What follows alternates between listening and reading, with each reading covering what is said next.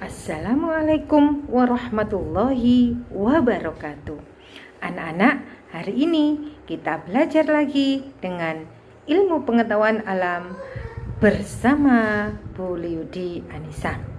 Anak-anak, kita lanjutkan materi kemarin. Kalau kemarin kita telah menyelesaikan bab 1, sekarang kita belajar bab 2. Bab 2 yaitu tentang klasifikasi makhluk hidup. Klasifikasi makhluk hidup anak-anak, sebelumnya kita lihat tayangan video Bu Liudi berikut.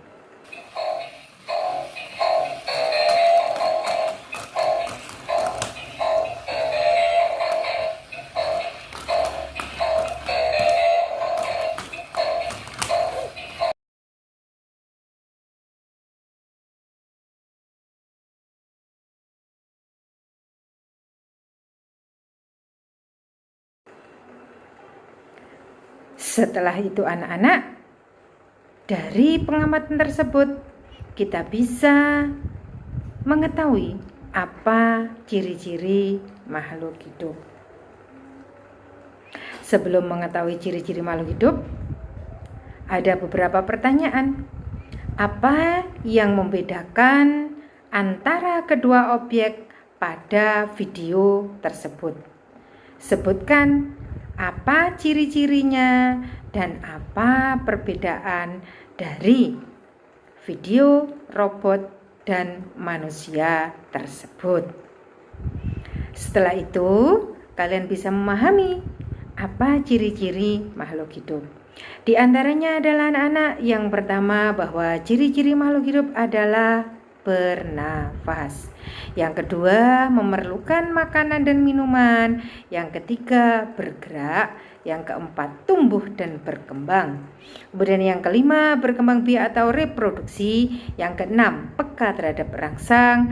Yang ketujuh adalah menyesuaikan diri terhadap lingkungan.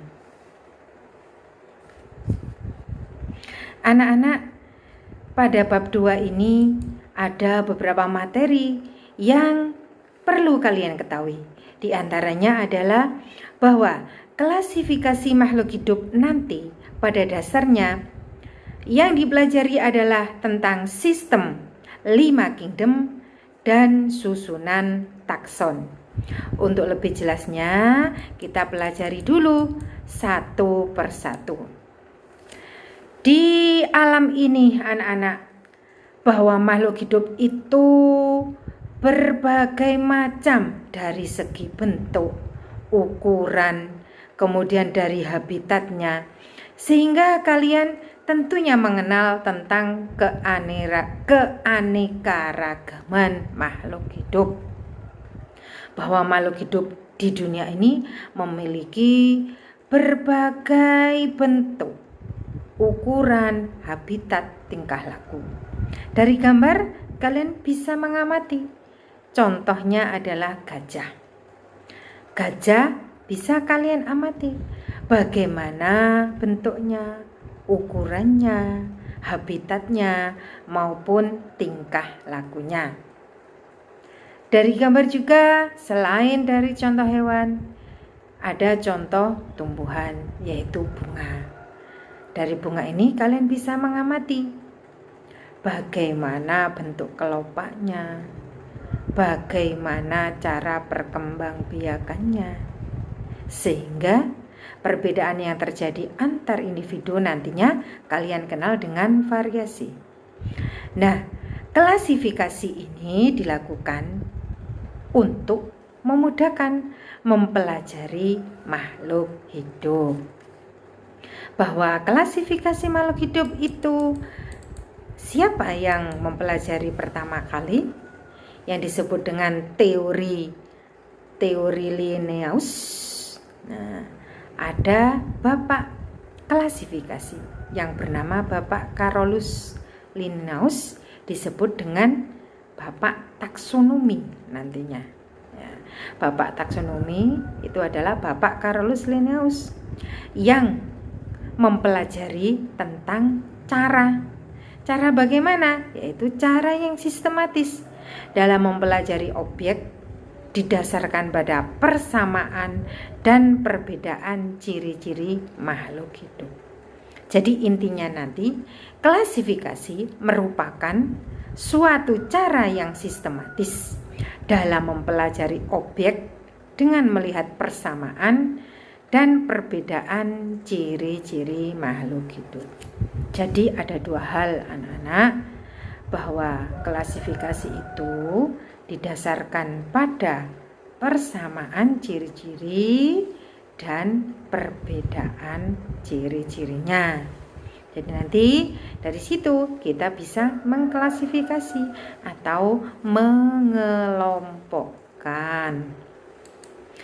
Ada beberapa tahapan yang perlu dilewati dalam klasifikasi makhluk hidup. Tahapan yang pertama yang dilakukan oleh Linnaeus adalah identifikasi ciri-ciri makhluk hidup. Jadi setiap makhluk hidup itu diidentifikasi dulu ciri-cirinya. Dari gambar kalian bisa melihat ada kucing, ada kelinci, ada burung, ada paus. Ini diidentifikasi ciri-cirinya dulu. Apakah termasuk hewan berbulu? Apakah termasuk hewan berlendir? Apakah berkembang biaknya dengan cara beranak? Apakah berkembang biaknya dengan cara bertelur? Nah, itu diidentifikasi, dicari bagaimana ciri-ciri dari makhluk hidup tersebut.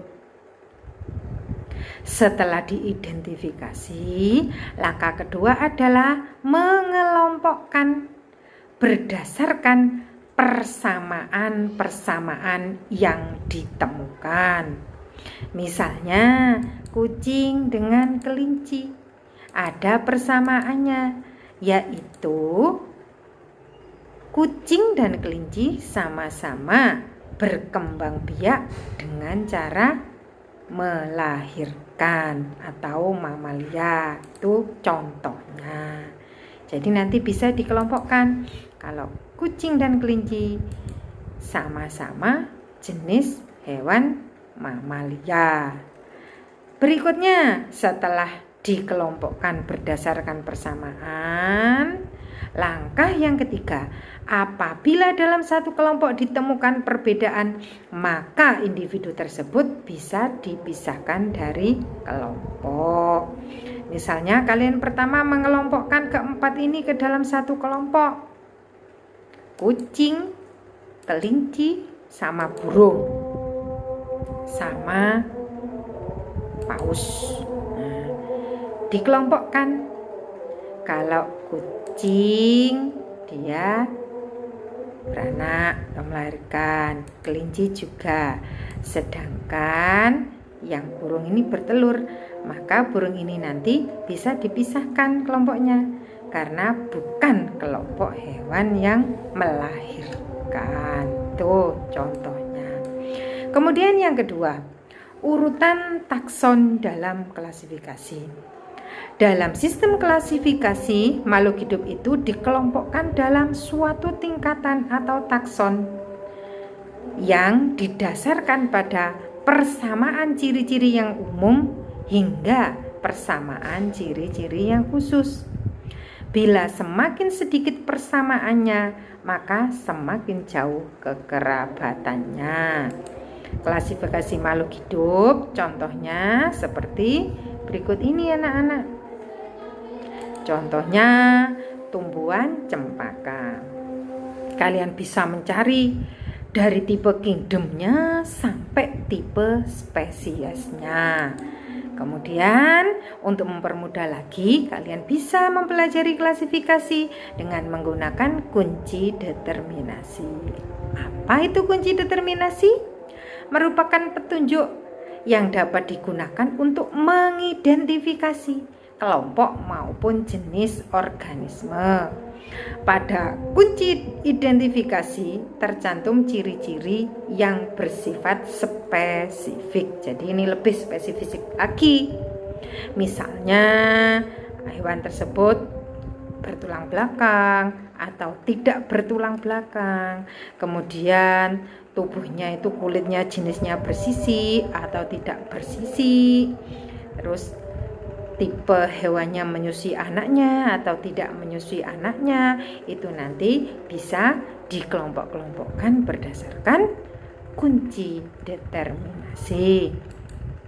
Jadi sekali lagi anak-anak, bahwa Linnaeus menemukan klasifikasi ini dan memberikan sistem nama ilmiah. Nama ilmiah yang ditemukan oleh Linnaeus menggunakan sistem binomial nomenklatur. Adapun sistemnya anak-anak, yang pertama bahwa terdiri dari 2 kata Latin. Jadi aturan sistem binomial nomenklatur yang pertama adalah terdiri dari 2 kata Latin. Kata yang pertama menunjukkan genus. Huruf pertama ditulis dengan huruf kapital. Kata kedua merupakan petunjuk spesies yang diawali dengan huruf kecil. Sedangkan penulisannya adalah ditulis dengan huruf miring atau di garis bawah. Jadi itu anak-anak yang bisa saya sampaikan kali ini. Kurang lebihnya saya mohon maaf yang sebesar-besarnya. Jangan lupa kalian tetap menjaga kesehatan, kemudian lakukan gerakan 5M, dan harapan kita bisa bertatap muka. Sekali lagi saya akhiri, Assalamualaikum warahmatullahi wabarakatuh.